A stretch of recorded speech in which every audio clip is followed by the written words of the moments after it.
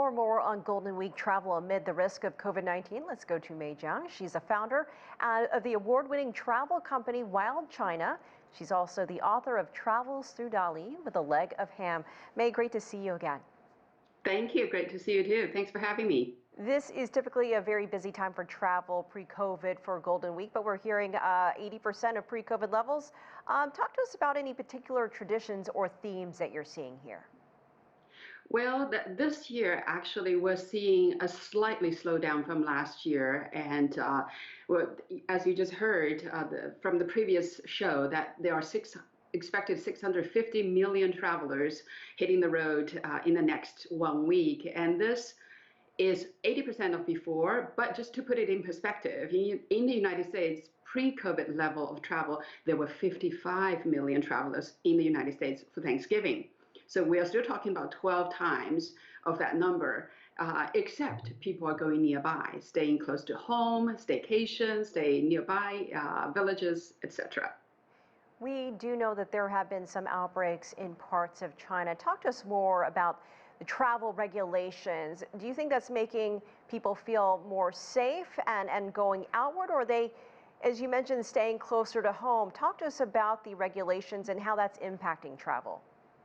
Right. So the regulations, like everything, there's a plus side and a downside. The plus side is, yes, the destinations, you have to scan your code, you have to have your temperature checked, wear a mask. That does make people feel safer. But the unpredictability of these clusters flaring up here and there are making people slightly unwilling to book ahead of time. And a lot of the bookings actually took place after Moon Festival, which was nearly 10 days ago. And for us, WildChina or companies like us in the travel industry, it's making things very difficult because it's unpredictable. You can book today and then cancel tomorrow, and you don't get a penny. You do twice the work. So it's really about staying flexible and trying to maybe book some last minute vacations. We heard about staycations, hotel staycations.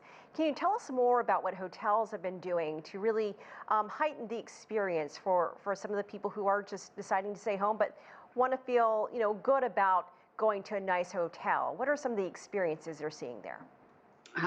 So afternoon tea is always enjoyable, and kids activities, organized kids activities. And of course, for the young couples, there's spa treatment or special other sort of tourings or champagne outside in the garden, etc. These, and also as we heard previously, there are rides to nearby scenic spots as a 2 to 3 hour outing. And these makes it convenient for young couples with, say, one child or themselves. And people find it nice. And also dining out in the restaurant at the hotel makes life much more enjoyable. If I can't go somewhere, I'll spend the money locally. And hey, maybe with a view. What is the outlook for domestic travel in China right now and going forward in the next few months ahead? What are you hearing from clients? Yeah, I think the cross-country, cross-border travel is still probably fairly far away.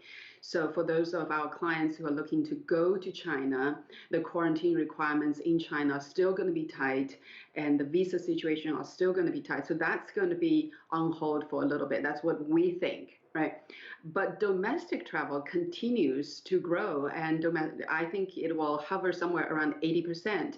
And the result is, after 2 years of this, I think there will be a fundamental change in the travel industry going forward, that most people will book directly, while the intermediaries, the travel agencies, if they were not killed by the internet, COVID may do it this time around.